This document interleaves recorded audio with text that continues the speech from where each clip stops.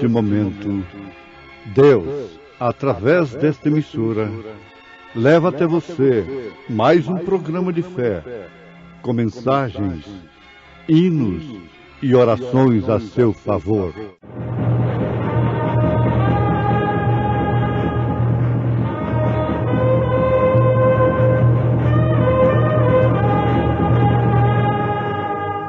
Fé para vencer. Somente crer, somente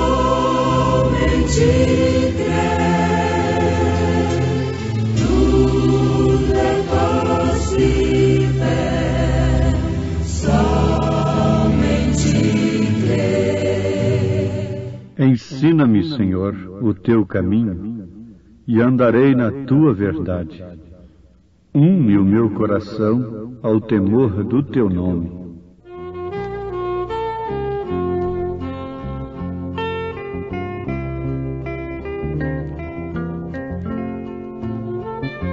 Ó meu Senhor, este mundo está em guerra.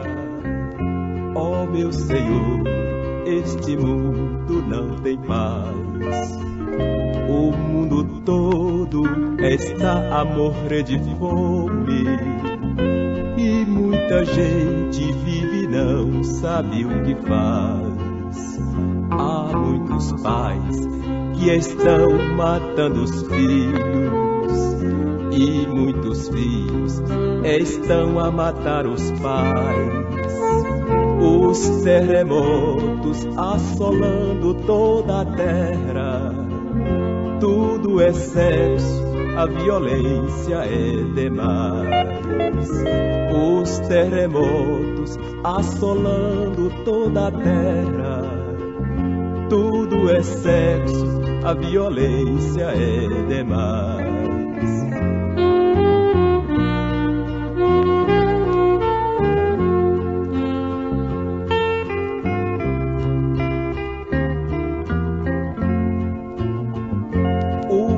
Santo que na terra é espalhado se reuniu na grande Jerusalém, e a ciência que se tem multiplicado são o prenúncio que breve virá o amém.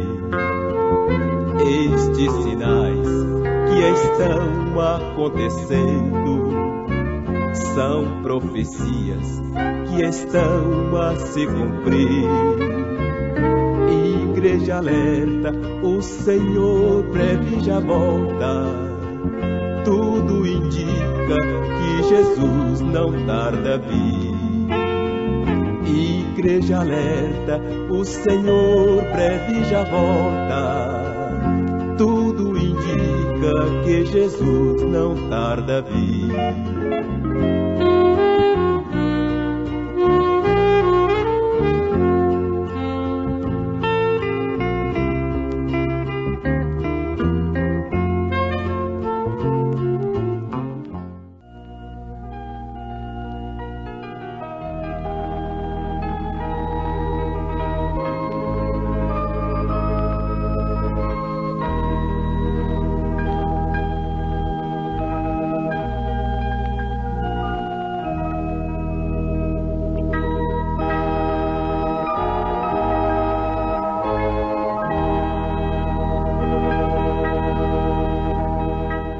Ensina-me, Senhor, o teu caminho, e andarei na tua verdade.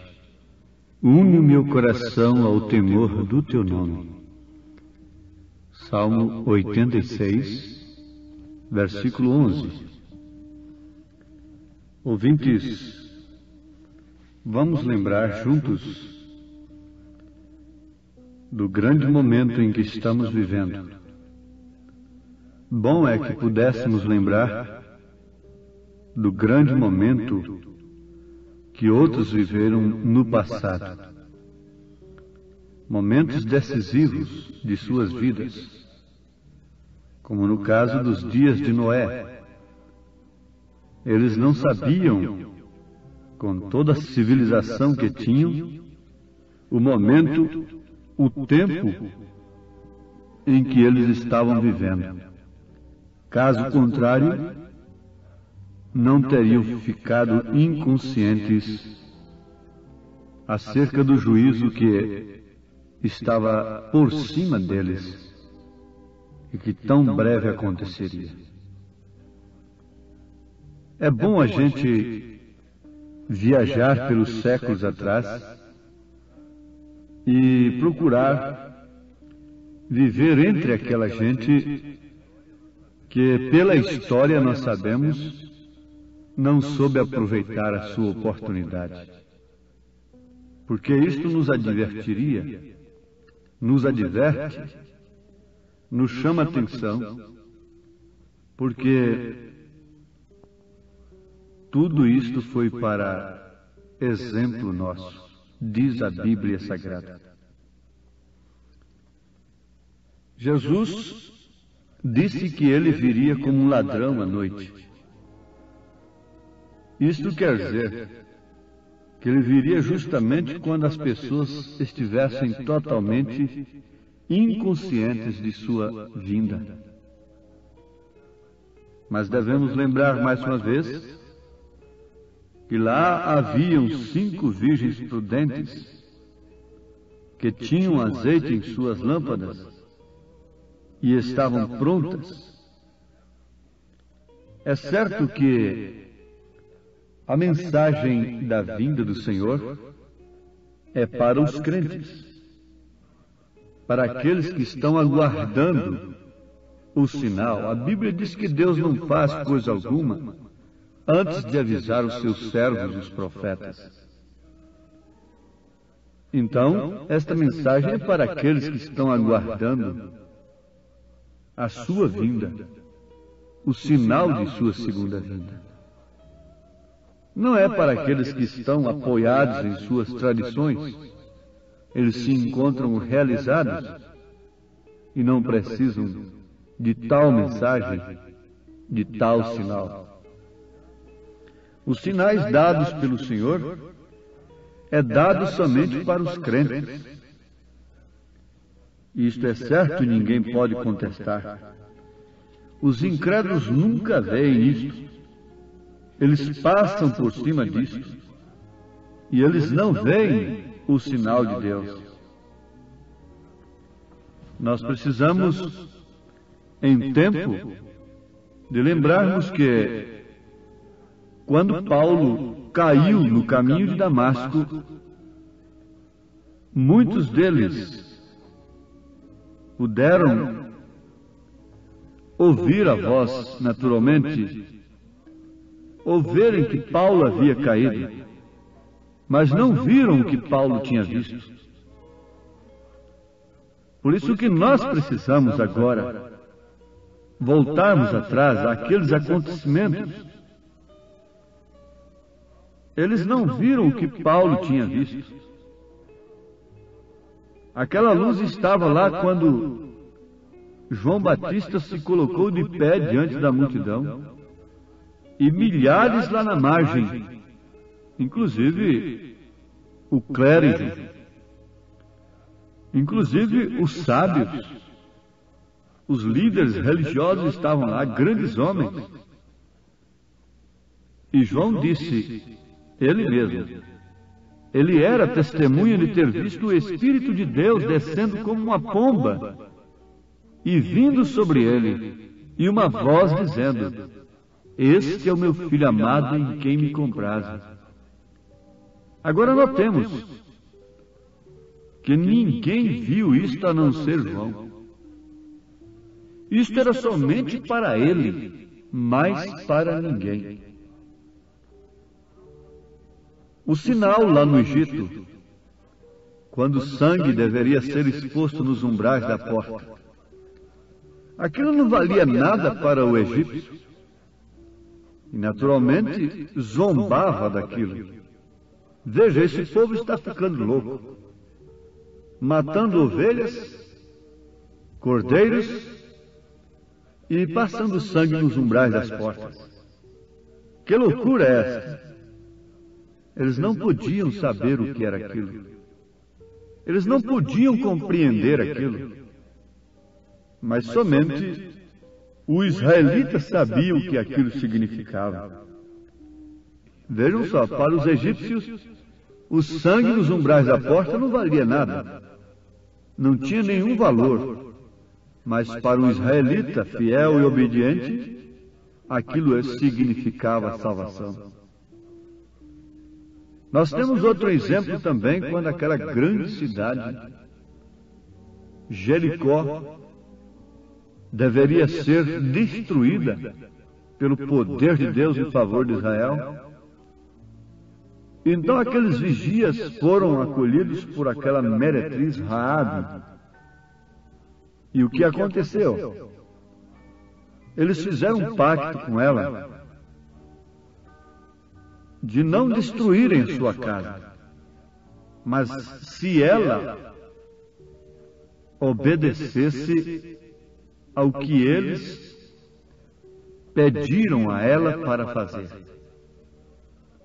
A condição estava somente nisto, mas ela deveria crer naquilo.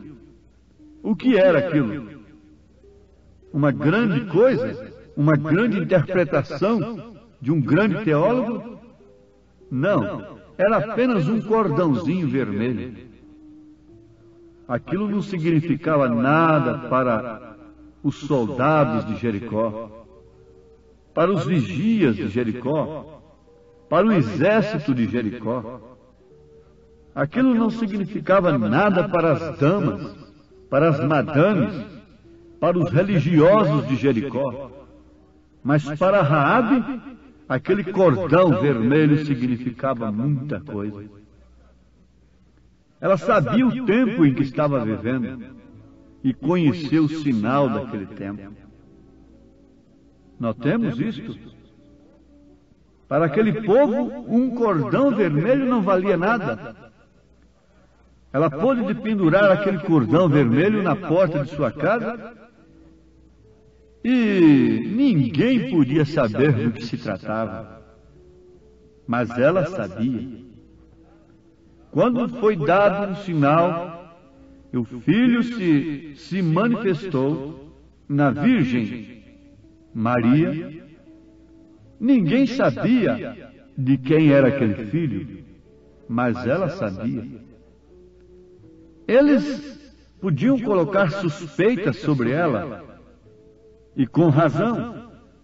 O próprio José, sendo um justo, intentou deixá-la secretamente, para não infamá-la. Mas Deus não o deixou precipitar-se de tal maneira e cometer tal injustiça, mesmo de acordo com a lei. Ele tinha direito de repudiar a Maria, porquanto ela estava grávida quando ele a recebera. Mas o que aconteceu? O anjo de Deus disse para ele que o que estava no seu ventre era concebido por obra e graça do Espírito Santo. Não importa que a sociedade suspeitasse de Maria. Para começar, ela não tinha nada com a sociedade antes. Por quê? Ela iria ouvir a sociedade depois? Importa o que ela tinha ouvido do anjo do Senhor e o que o seu coração disse: cumpra em mim segundo as tuas palavras. Ela sabia que o sinal de Deus e o seu tempo estava ali. O cumprimento de que uma virgem conceberia estava se dando ali através de seu ventre, de sua vida. A estas alturas não importava para ela o que pensassem dela, o que dissessem dela, o que falassem dela. Isso não lhe interessava. Ela sabia de quem era o filho. Oh, sim, Noé sabia de quem era a sua mensagem. O ceguinho, ao qual Jesus curou lá em São João, capítulo 9, sabia também. Ele disse, se ele é pecador, eu não sei. Mas uma coisa eu sei, é que eu era cego, mas agora vejo. Ele sabia de quem ele tinha recebido a sua cura. Quem havia aberto seus olhos? Nós sabemos de quem é a mensagem que temos crido. Não importa que digam que ela é falsa. Não importa que diga que venha de um falso profeta. Importa o que ela tem realizado em minha vida particularmente. Paulo disse: eu sei em quem tenho crido, e estou certo de que ele é poderoso para guardar o meu depósito até aquele dia. Não para guardar os seus pensamentos próprios acerca de Deus, não para guardar uma doutrina humana. Amados, quando o sinal de Deus não é visto no seu devido tempo, aquilo significa maldição para aquele povo que não pode ver o sinal de Deus em seu tempo próprio. Consequentemente, aquele sinal de Deus que não foi visto pelos cegos do dia é salvação para aqueles que viram.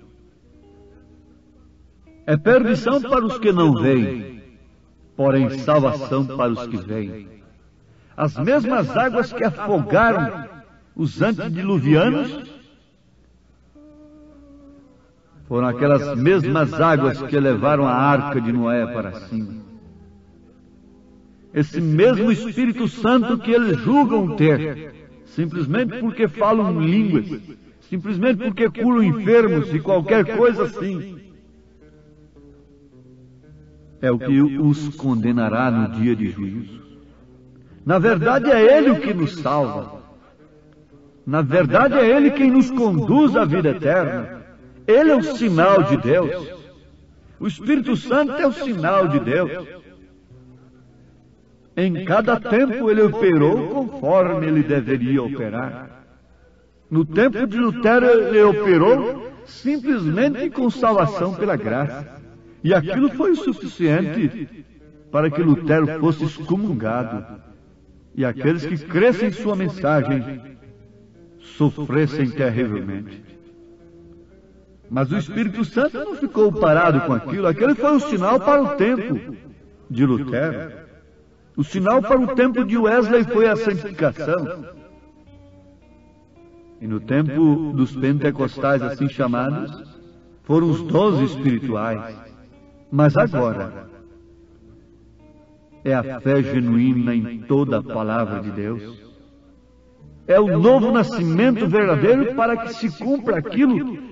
E quem é santo, se santifica-se ainda. Mas aquele que é sujo, suja-se ainda mais. O pecado tornou-se uma coisa social. Tem perdido totalmente a noção do que é pecado. Isto por quê? Porque não tem conhecido o sinal nem tampouco o seu tempo. Aqueles magos conheceram o sinal, o zodíaco, as estrelas, em uma linha perfeita naquela constelação. Puderam levar aqueles homens aonde estava o sinal do dia, onde estava o cumprimento das Escrituras naquele instante, onde estava o Salvador. Eu pergunto, o que você tem olhado, o que você tem crido, está te conduzindo aonde? Para a manjedoura? Para a humildade? Para a simplicidade?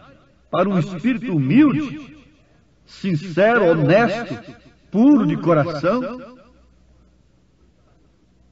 Ou está te conduzindo para um espírito altivo, elevado, presunçoso, que deseja somente fama, dinheiro, sexo, vícios, etc., folguedo da carne, modas imundas e demais coisas, liberdade da carne?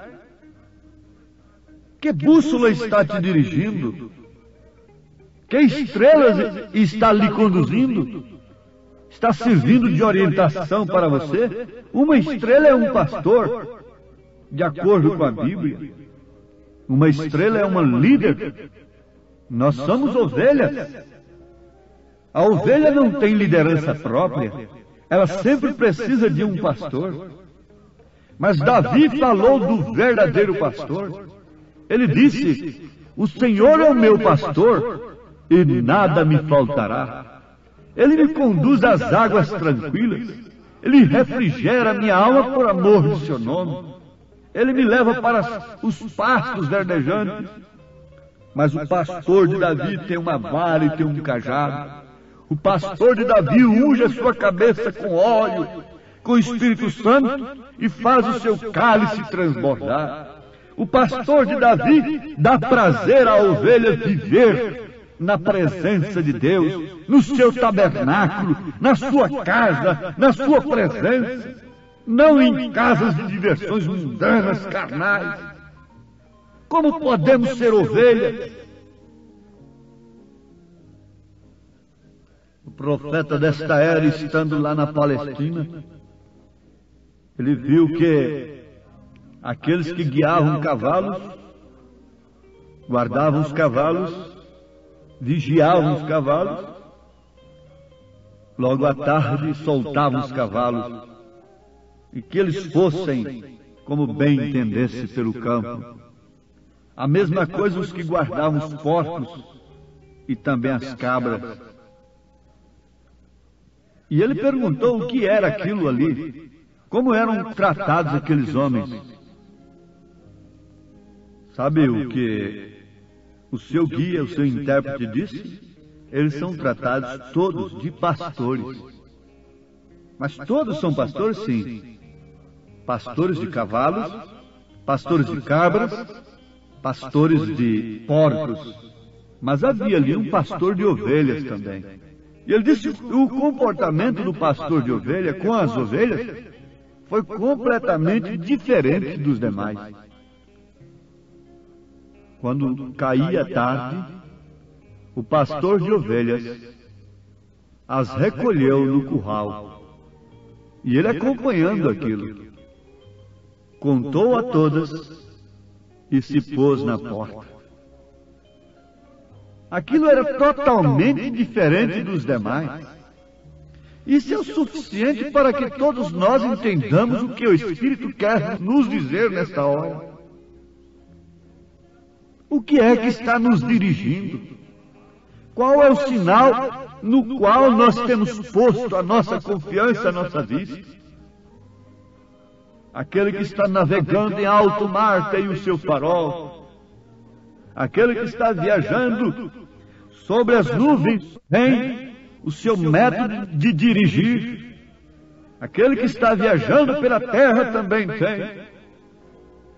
E nós que julgamos que estamos viajando nesta viagem tão séria, tão importante, tão tremenda, tão decisiva, destino eterno, em qual alvo estamos olhando?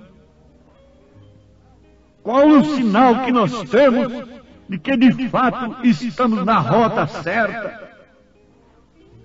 Oh, que o Espírito de Deus possa operar nesse instante e conduzir a cada ouvinte a esse estado glorioso de Espírito, e que possa em tempo ter o Espírito Santo como sinal evidente, a palavra revelada, Jesus Cristo como seu alvo, como seu farol. Em nome de Jesus, nós desejamos estas bênçãos. Amém.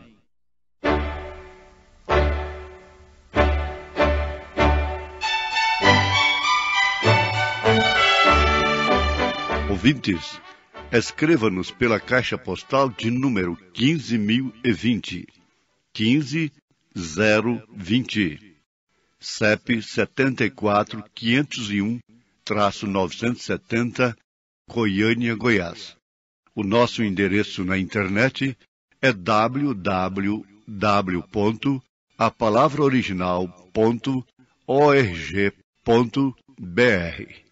Volte a nos ouvir amanhã novamente neste mesmo horário, nesta emissora, se o Senhor nos permitir, com fé no Filho de Deus, a fé que vence o mundo.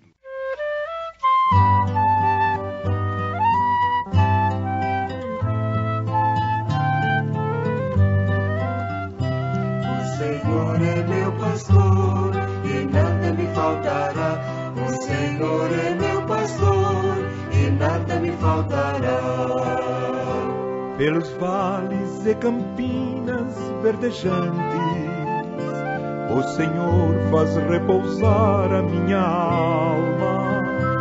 E estando em sua mão vou confiante, junto às águas de descanso eu gozo a calma. O Senhor é meu pastor e nada me faltará. O Senhor é meu pastor e nada me faltará. Nas veredas da justiça ele me guia, refrigera minha alma angustiada, e por amor do seu nome todo dia me dispensa o seu cuidado, eu não sou nada. O Senhor é meu pastor e nada me faltará. O Senhor é meu pastor e nada me faltará. Se no vale onde a morte faz morada, eu andar cumprindo ali a minha sorte, não terei mal nenhum nesta jornada, pois Senhor, tu me conservas sempre forte. O Senhor é meu pastor e nada me faltará. O Senhor é meu pastor e nada me faltará. A bondade e a misericórdia certamente seguirão todos os dias minha vida. Viverei com o Senhor confiadamente, até que chegue a hora da minha partida. O Senhor é meu pastor e nada me faltará. O Senhor é meu pastor e nada me faltará. O Senhor é meu pastor e nada me faltará. O Senhor é meu pastor e nada me faltará. O Senhor é meu pastor e nada me faltará. O Senhor é firme, sempre firme nas promessas de Jesus. Firme nas promessas do meu Salvador, cantarei louvores ao meu Criador. Fico pelos séculos do seu amor, firme nas promessas de Jesus. Firme, firme, firme nas promessas de Jesus, meu mestre. Firme, firme, sim, firme nas promessas de Jesus.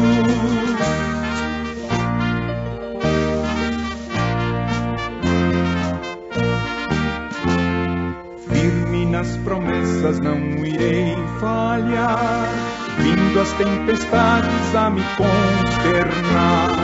Pelo verbo eterno eu hei de trabalhar, firme nas promessas de Jesus. Firme, firme, firme nas promessas de Jesus, meu mestre. Firme, firme, sim, firme nas promessas de Jesus.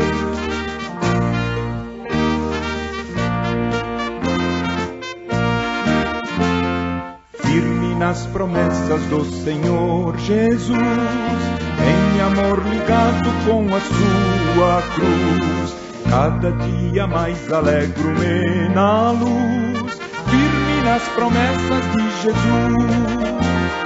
Firme, firme, firme nas promessas de Jesus, meu mestre. Firme, firme, sim, firme nas promessas de Jesus.